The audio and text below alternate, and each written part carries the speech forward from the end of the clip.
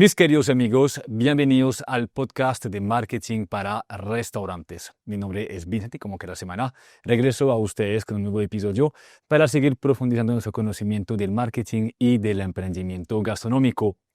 Chicos, estoy muy emocionado y como se pueden dar cuenta, muy bien acompañado porque hoy tenemos una entrevista atípica porque tenemos a nuestro amigo Pablo que nos visita de una empresa que admiramos mucho y que hace rato teníamos en mente, incluso que apareció en nuestro penúltimo libro de marketing gastronómico, al momento de referirnos de cómo es que una marca hoy en día debería competir a través de una buena narrativa de marca.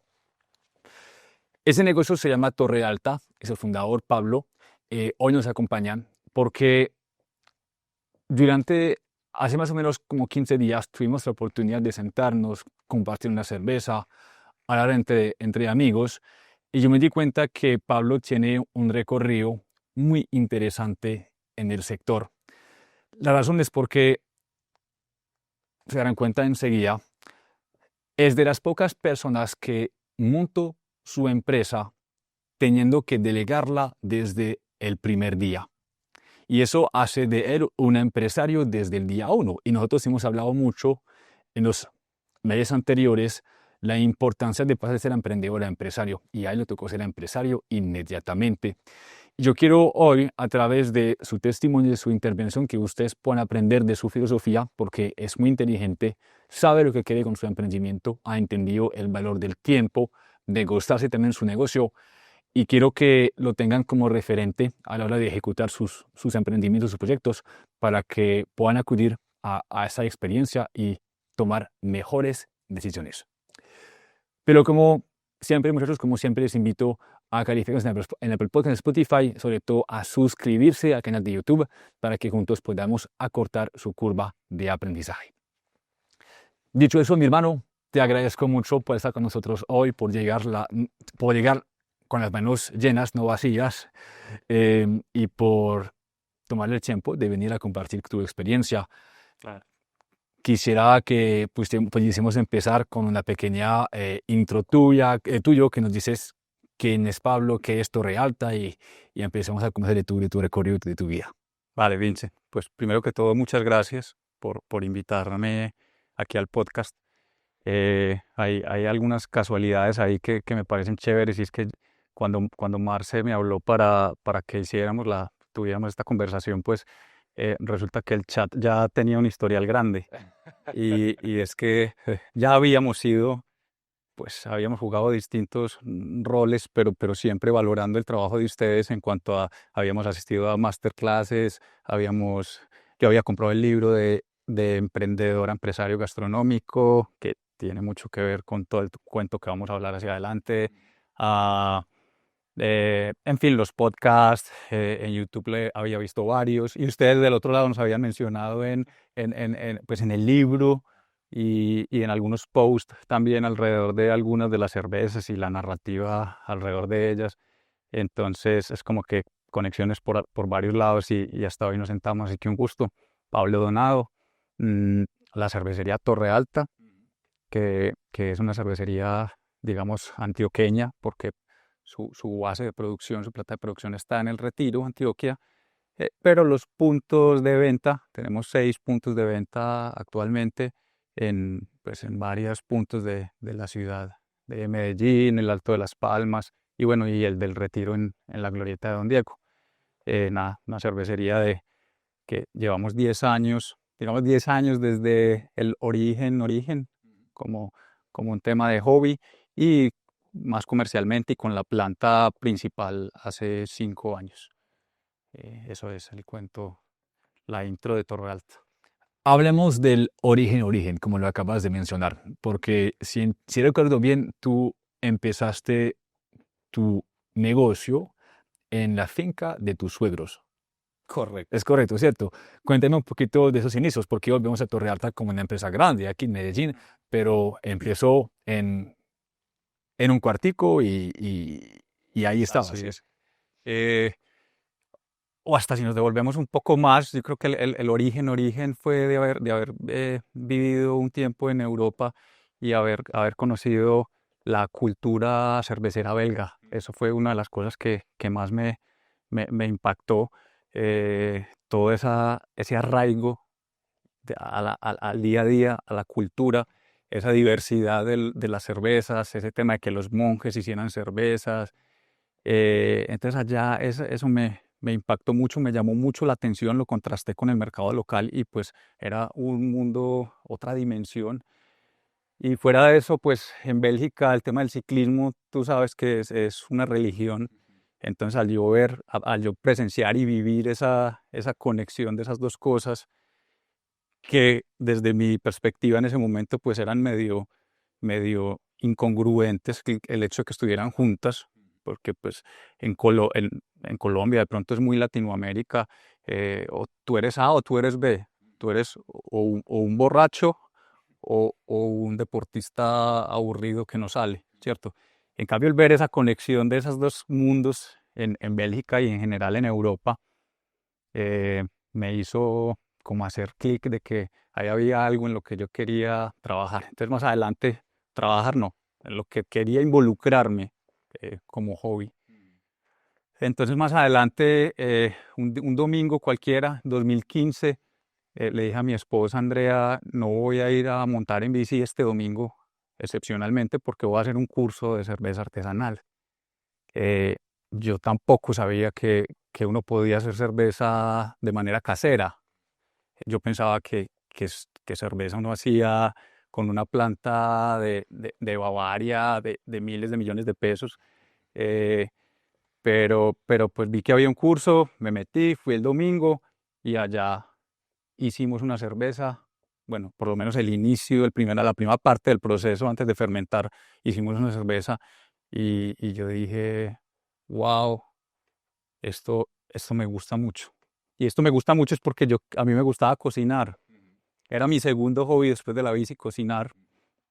Y, y aquí yo encontré que esto era cocinar, pero como a la 100, a la 1000, porque era cocinar, pero a la vez tenía ciencia, tenía el tema sensorial y gustativo, pero hablaba de microbiología.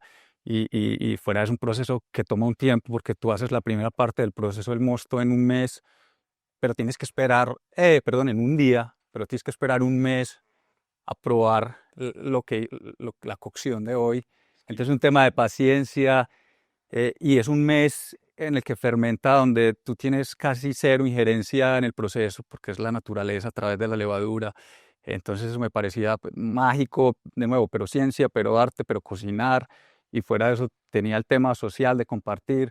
Yo dije esto sin haber hecho nada más. Estaba como convencido de que era algo que tenía tantas conexiones conmigo mismo que eso iba a terminar siendo algo en mi vida. Conectaba con la bicicleta, bueno, en fin, tenía todas las conexiones. Yo dije, esto me va a gustar. Entonces en la finca, de mis suegros, que es donde más vamos casi todos los fines de semana, pues yo en algún momento decidí, quiero hacer un plan de hacer cerveza en la casa para familia y amigos. Ahí no había intención de negocio aún, o por lo menos no consciente o explícita. Quiero tener un parche de cerveza en donde sea. Y entonces ahí el suegro, que entre otras, pues la familia de mi esposa son todos súper planes, animados, los cuñados, los suegros, por el lado de mi familia también. Entonces siempre hay algo andando el fin de semana, o la chimenea, o la cocinada juntos, o fiesta. Entonces, entonces el suegro dijo, pues, ¿qué le hace falta a este ambiente de esta finca tan chévere? Pues, ¿qué más una, qué tal tener una cervecería? Yo creo que fue el raciocinio del suegro y con toda la generosidad. Entonces había un cuartico donde estaba el reblujo de la finca, la guadañadora, no sé, las palas, las pacas de heno. ah, entonces el suegro sacó todo. Pablo, ¿quieres hacer ese cuento tuyo ahí? Y yo, ¿qué? Sería, además que es en un bosque nativo, en un ambiente con una energía donde pasé muchas, muchas horas los siguientes 5 años. eh, pero eso es una anécdota de cómo los ofrecimientos o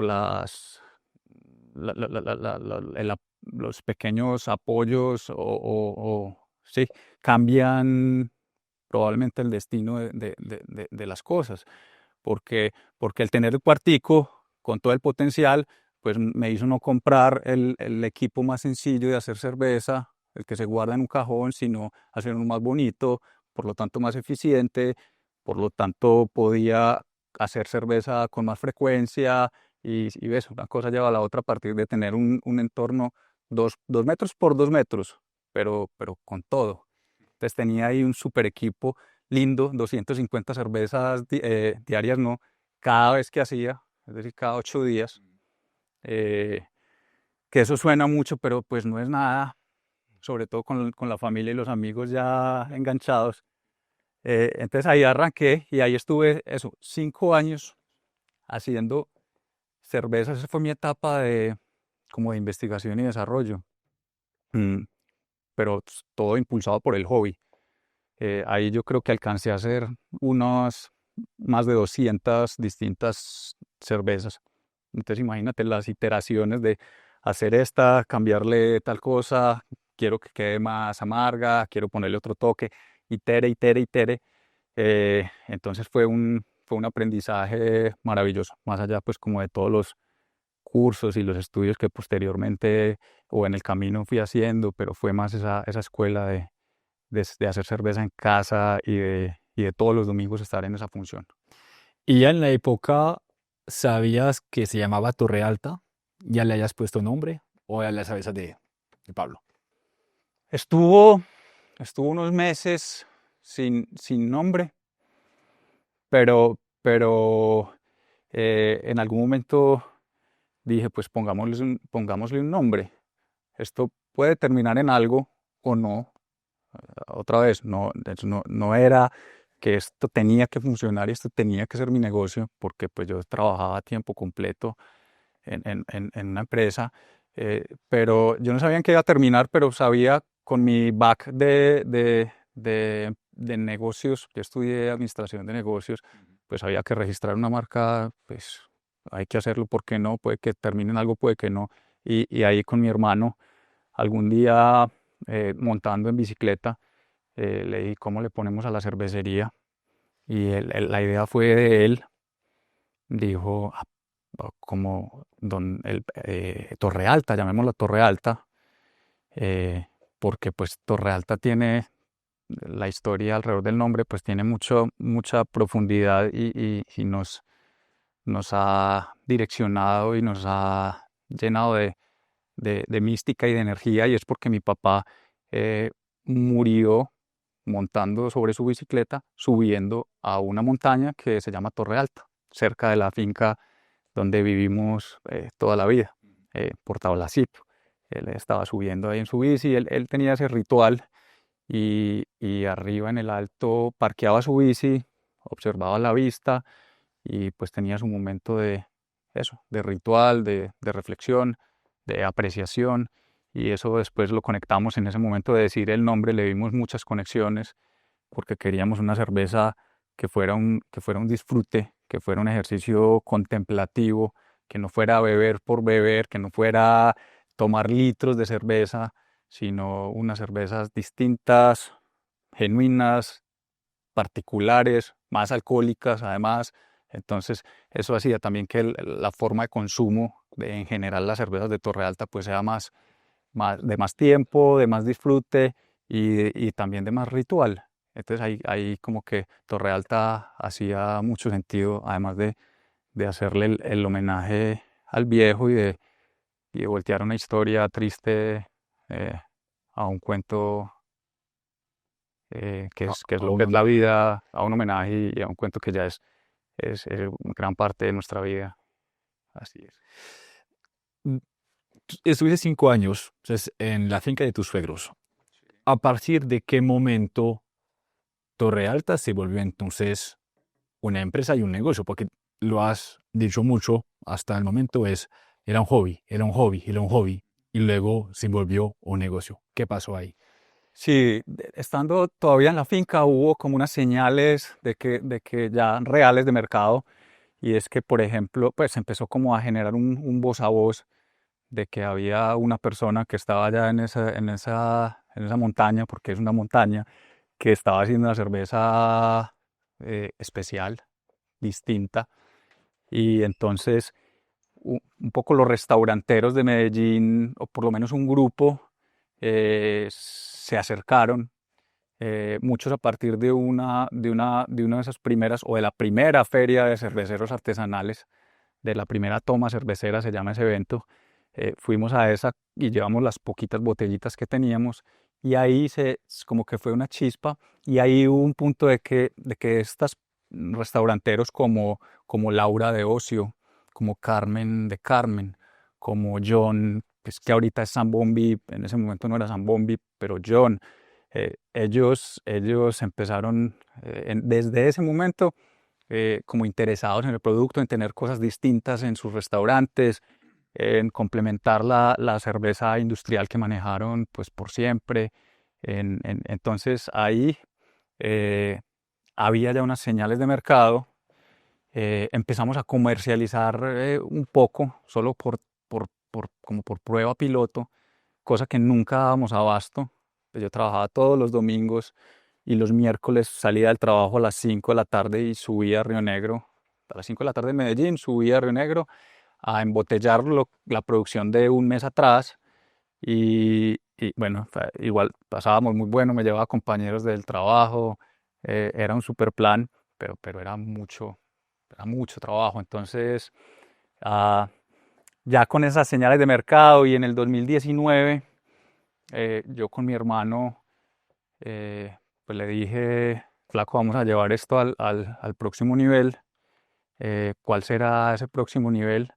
Eh, Me puse a buscar lugares, la locación era muy importante porque si van al retiro, muy invitados, tiene dos características: es que tienes una planta productiva en un entorno verde, muy central, eh, de fácil acceso, pero tienes condiciones industriales, como pisos, como altura, como energía, que eso es muy difícil de encontrar, porque tú encuentras o una bodega o una casa con mucha magia, pero que no tiene esas posibilidades de producción. Entonces encontré esa bodega y bueno, dijimos, bueno, ¿cuál es ese próximo paso?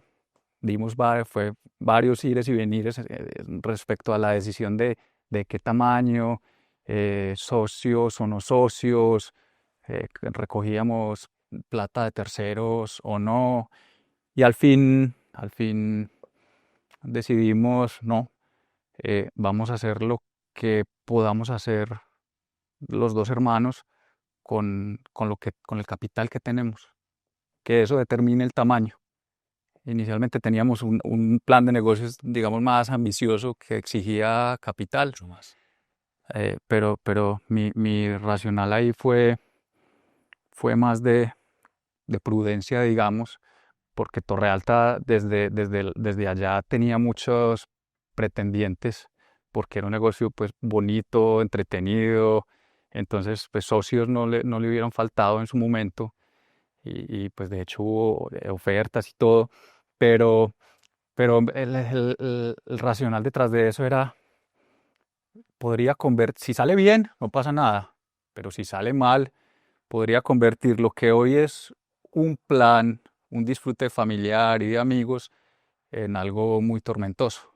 Y los que hoy están conmigo, pasando rico y probando esta nueva cerveza y esto, mañana podrían ser mis jefes molestos. Entonces yo dije, no puedo correr ese riesgo.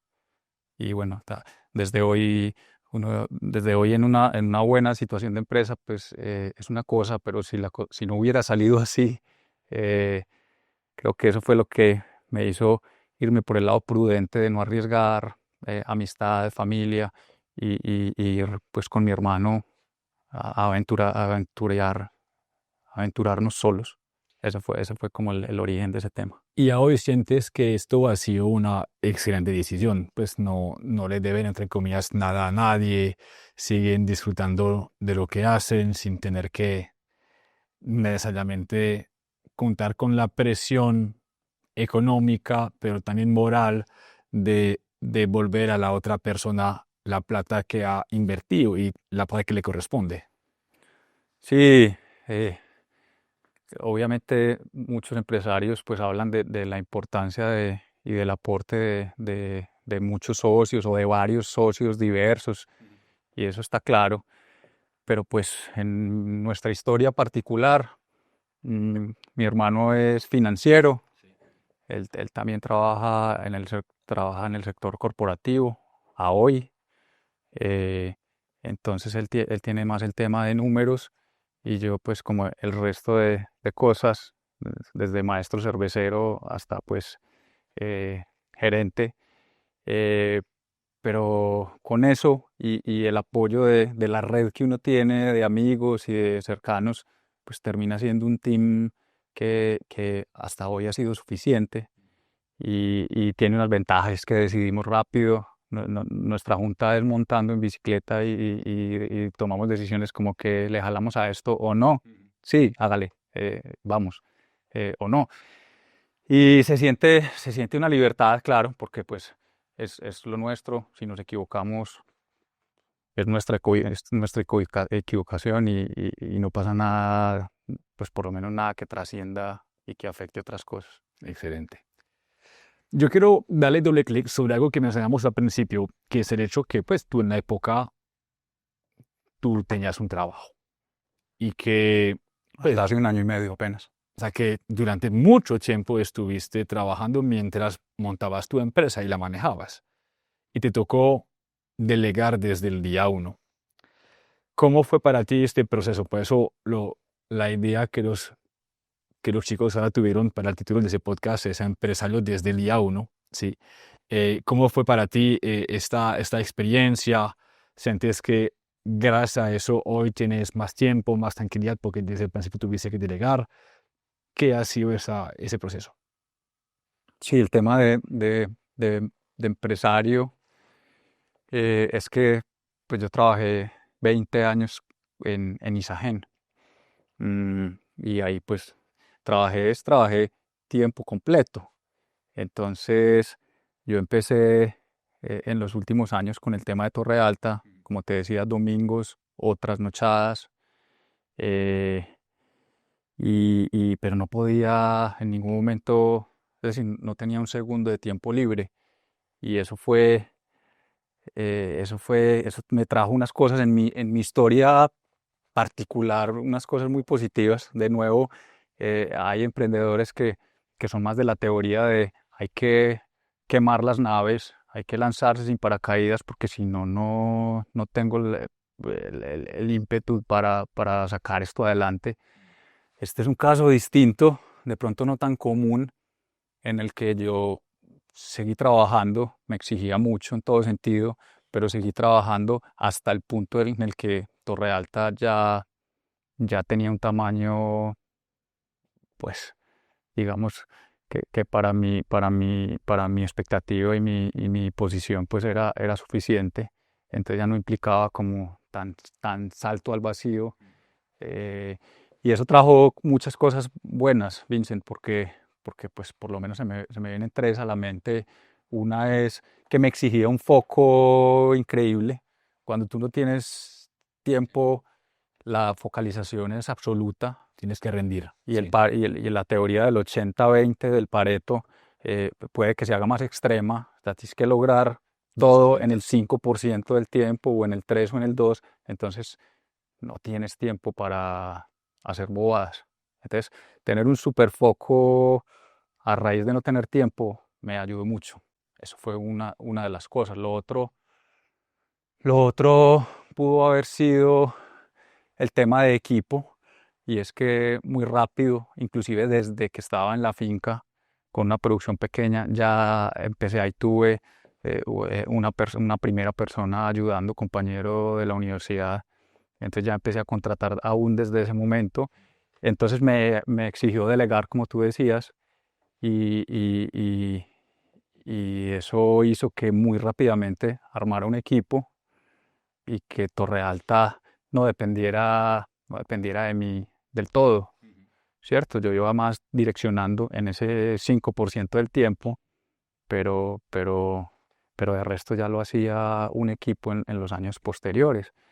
Eh, entonces, ha sido muy chévere y a hoy, ya parándonos en el hoy, pues me permite, caso contrario digamos, al emprendedor típico que llevó su emprendimiento toda la vida y en algún momento de la vida dice, quiero descansar, yo monté esto para tener calidad de vida, para tener tiempo para mí, pero no soy capaz de soltar mi bebé, o no quiero, o no tengo la estructura y el equipo para hacerlo. Entonces termina como de alguna manera amarrado a su propia, a lo que iba a ser su propia idea de libertad, por decirlo así. Entonces, en este caso se dio porque no había otra opción, delegas o delegas. Eso sí, siempre me he guardado como lo que más me apasiona, la formulación de las recetas, el tema comercial, los nombres, las historias, eso que es lo que me gusta y valoro y a lo que le pongo mucho cuidado, eso sí me lo he reservado, pero pues eso lo podía hacer en determinado tiempo menor.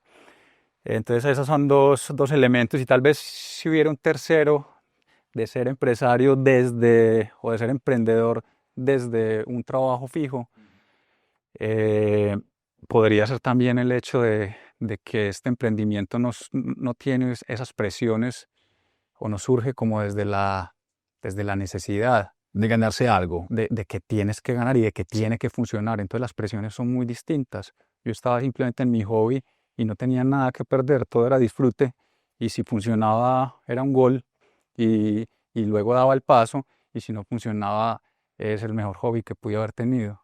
Entonces eso hace que las decisiones de negocio ahí sí sean de otra naturaleza.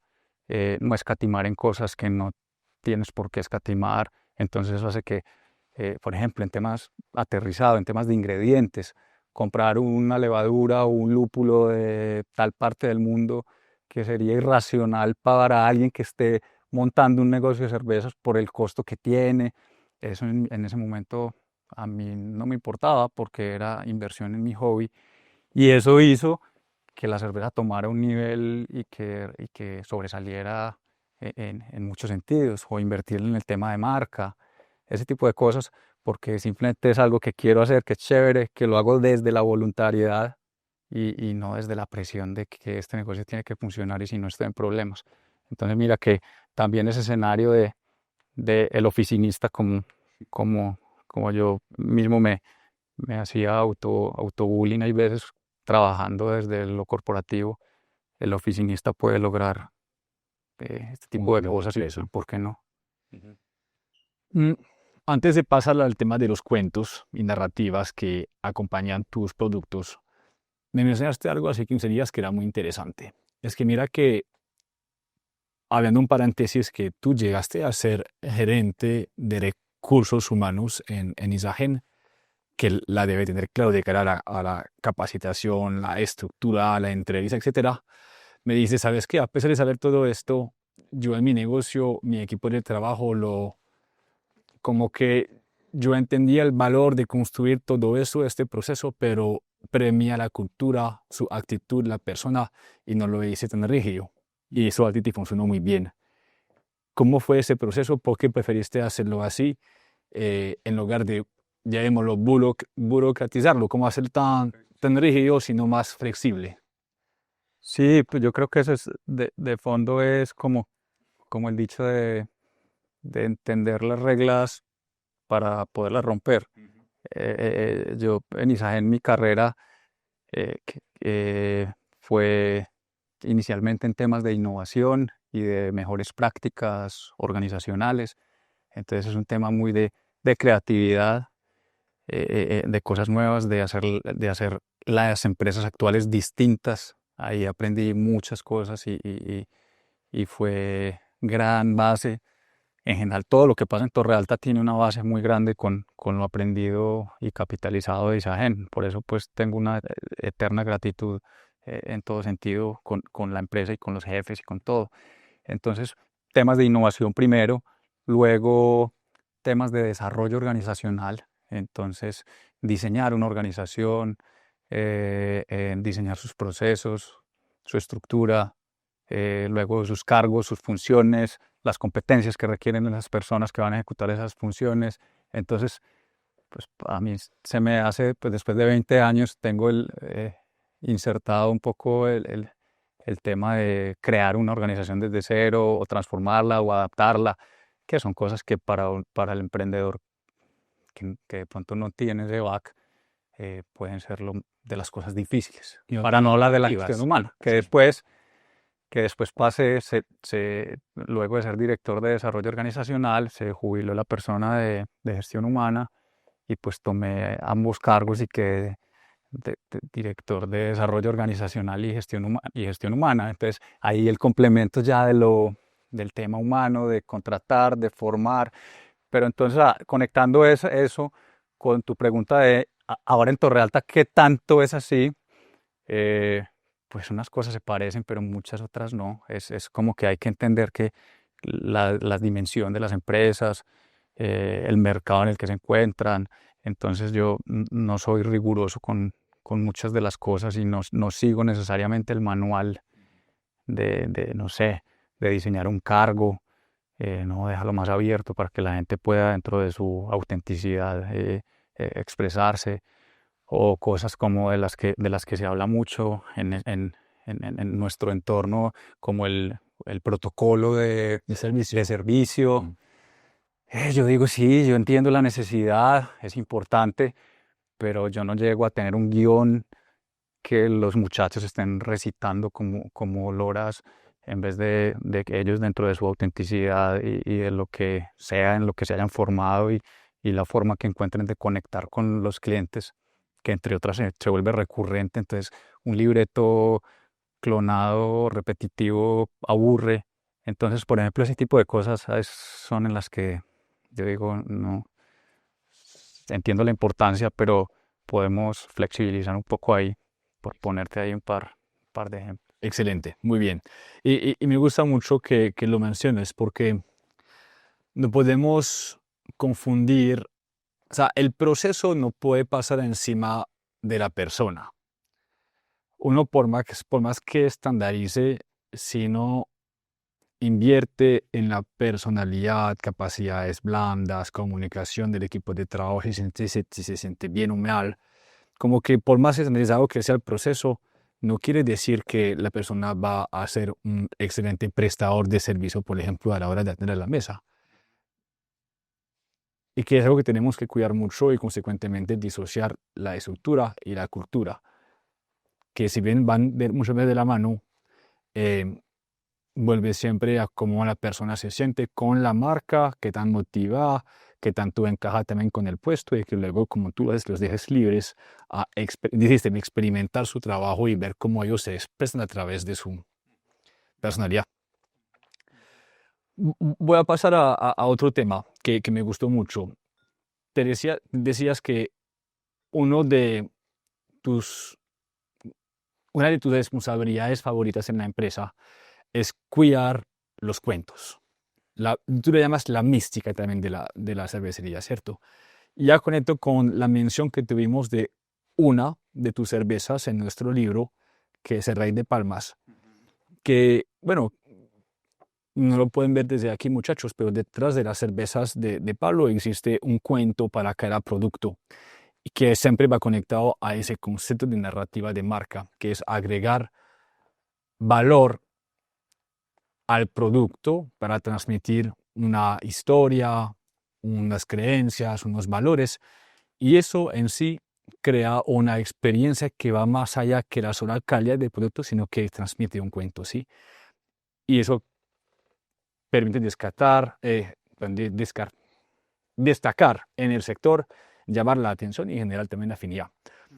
Lo cual me lleva ahora a tu capacidad de crear comunidad, porque hay muchas cosas. Mira que encontramos tu pasión también por la bicicleta, Torrealta, homenaje a tu papá, y lo que tú viviste en Bélgica cuando te diste cuenta que un ciclista también se puede emborrachar si quiere o disfrutar de una muy buena cerveza.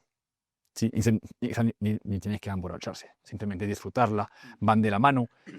Y has logrado hacerlo vivo en la cultura de Medellín, y hoy efectivamente relacionamos Torrealta con cultura ciclista.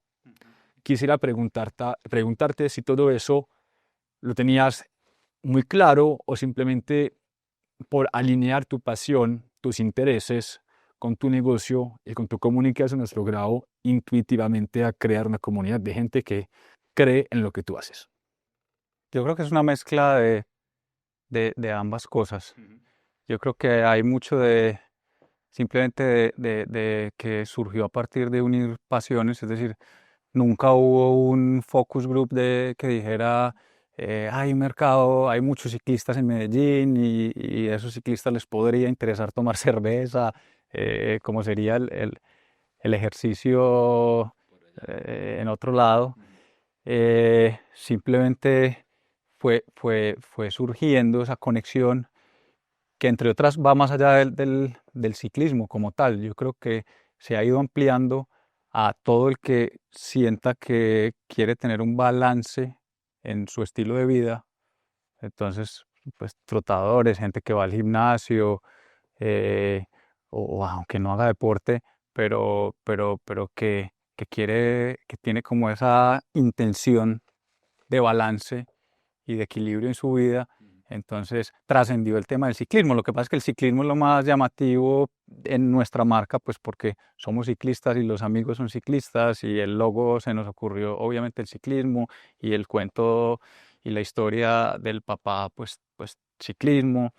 Los nombres de la cerveza varios son de ciclismo, pero de fondo es una intención de balancear eso, un estilo de vida chévere y disfrutado y entretenido con un deporte y con salud y con estar bien.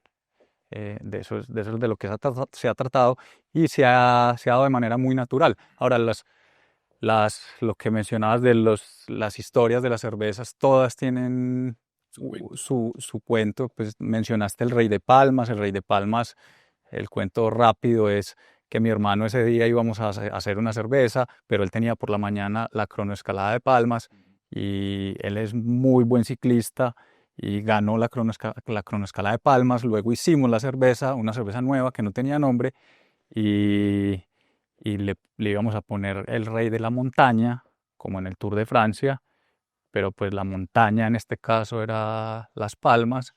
Entonces hicimos la conexión ahí con lo local y quedó el Rey de Palmas. Es una de las cervezas más comerciales, llama la atención, además que la etiqueta es con las pepas rojas de la camisa del campeón de la montaña.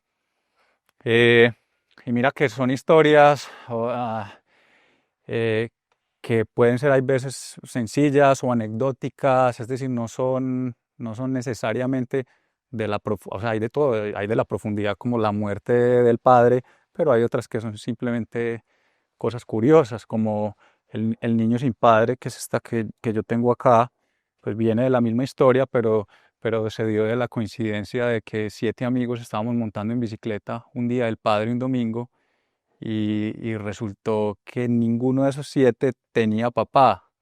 Y fue una curiosidad que dijimos, ¿cómo así? Y vos no tenés almuerzo, y vos tampoco tenés almuerzo ni nada familiar. Pues no, es que no. Y empezamos a ver, ninguno tenía papá.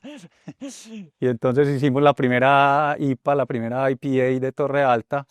Y ahí, entre lluvia de ideas y pensarle, quedó el niño sin padre. El niño sin padre, que mucha gente le dice, o el huérfano, o el huerfanito. Y se vuelve un tema desde la perspectiva del marketing muy fuerte, que nos ha ayudado mucho, porque la gente genera unas conexiones con esos nombres, la dama alegre, sí, el pedalista, genera conexiones que lo técnico pasa a un segundo plano, porque digamos, lo estricto sería mencionar su estilo cerveza base. Entonces sería hablar de la IPA de Torre Alta o la Belgian Single, que es el gregario que estás tomando, o la Belgian Triple, que es la Dama Alegre, pero la gente se identifica con la Dama Alegre, no con la Belgian Triple. Igual está ahí, pero el impacto fuerte en mercadeo es esos personajes que han salido de manera natural, pero intencionada a la vez. Yo creo, Vincent, que te dije que yo cuidaba mucho ese temas porque yo siento que el storytelling de pronto se ha venido como domesticando mucho, como hipersimplificando y como llegando a unas fábulas del el malo, el héroe y una moraleja muy obvia. Y yo creo que simplificar eso así, contar un cuento como muy caricaturesco, tampoco genera no genera conexiones de esa profundidad. Puede entretener, pero yo prefiero como no contar toda la historia completa.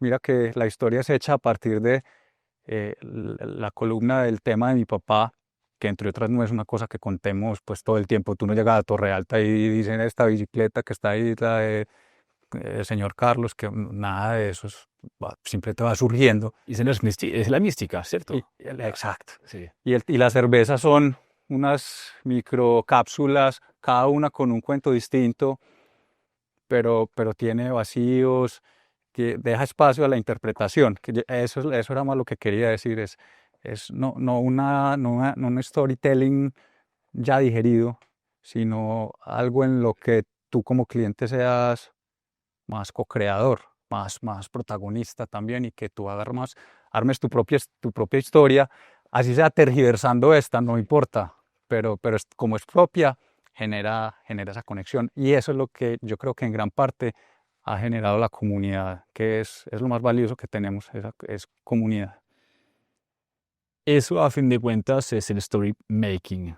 Es decir, el storytelling es la capacidad de contar una historia y articular de tal manera que la gente la entienda, se involucre, se enganche. Pero el story making es hacer que esta historia la construyan con su propia comunidad también. Y mira que es muy interesante porque has generado dos tipos de sentido de pertenencia. Uno de cara al estilo de vida que acompaña el tomar cerveza, también ser ciclista o decías ser deportista y también poder disfrutar. Eso es un primer sentido de pertenencia con esa comunidad.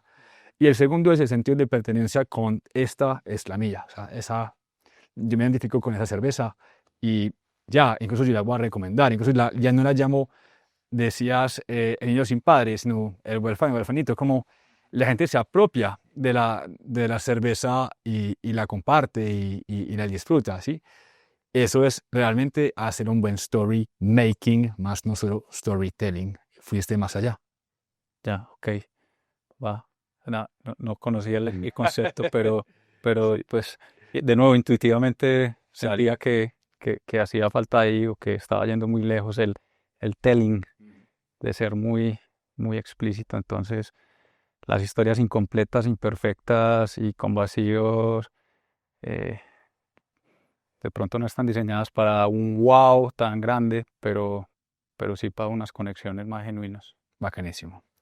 Muy bien, me están diciendo la hora. Entonces vamos a tener que empacar. Yo solo te quisiera preguntar, aunque yo creo que se pasa para una segunda entrevista en el futuro, pero quisiera preguntarte, como lo hacemos siempre, unas últimas palabras para los emprendedores gastronómicos.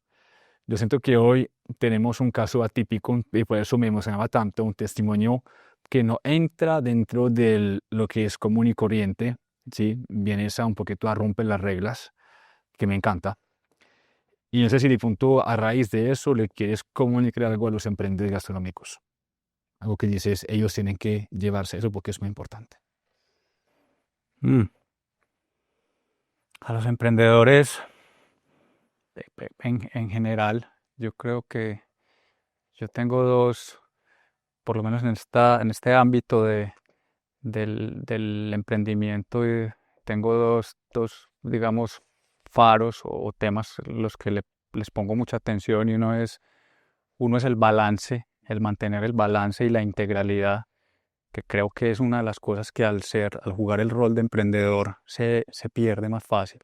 Y tú estás metido en el restaurante, cuántas horas, y termina siendo como que ese es tu único propósito o tu único sentido. Tener un único sentido es muy peligroso. Y yo lo que he vivido es tenía que trabajar en Isagen, en la empresa, tenía que embotellar, tenía que montar en bicicleta, tengo el tema familiar, entonces no depender de un único propósito. Y los emprendedores, pero los restauranteros en particular, tienen más riesgo de tener esa dependencia y de caer en el tener un único sentido. Y cuando tienes un único sentido, si no funciona, Es muy vulnerable. eres muy vulnerable. Ese es un tema que yo creo que es importante, que yo personalmente cuido mucho. Y lo otro es tener una buena relación con los problemas. Esa es otra. Y es que el emprendedor o el CEO o el founder es alguien que está ahí para resolver problemas, ¿cierto? De pronto en otros cargos o en otras posiciones uno puede echarle tierra al problema o lo puede delegar para abajo, para arriba, pero el founder no tiene cómo esconderse de los problemas. Entonces más vale que tengas una buena relación con los problemas, que los quieras. Ojalá fueran menos, pero cuando llegan hay que quererlos, porque es lo que hay. Es como un mecánico de un taller que se ponga bravo cuando le llegan choques y se empute y diga, ¿cómo? O un médico de urgencias que una mano quebrada, un infarto al corazón o un psicólogo, otra vez usted con estos problemas. Eh, el CEO o el founder es lo que le toca. Entonces, nada, yo lo veo eso es muy filosofía y muy personalidad, pues, pero es como yo lo veo, es como quitar un nudo que me está impidiendo avanzar. Entonces uno lo quita o muy aburrido, o lo quita con ganas, porque sabe que quitar ese nudo hay unos pasos más para avanzar o para llegar a otra cosa. Me encanta. Excelente aporte, mi hermano. Te agradezco, muchachos. Nosotros los dejamos por hoy. En nombre de la comunidad, Pablo, te agradezco por tu intervención, por tu testimonio. Sabía que va a ser una excelente conversación. Agradezco también por haber llegado las manos cargadas, y terminaremos de esta manera con un cheesy para agradecerte Sí. haberles aportado. Saludos, muchas gracias por invitarme. Es con mucho amor. Gracias.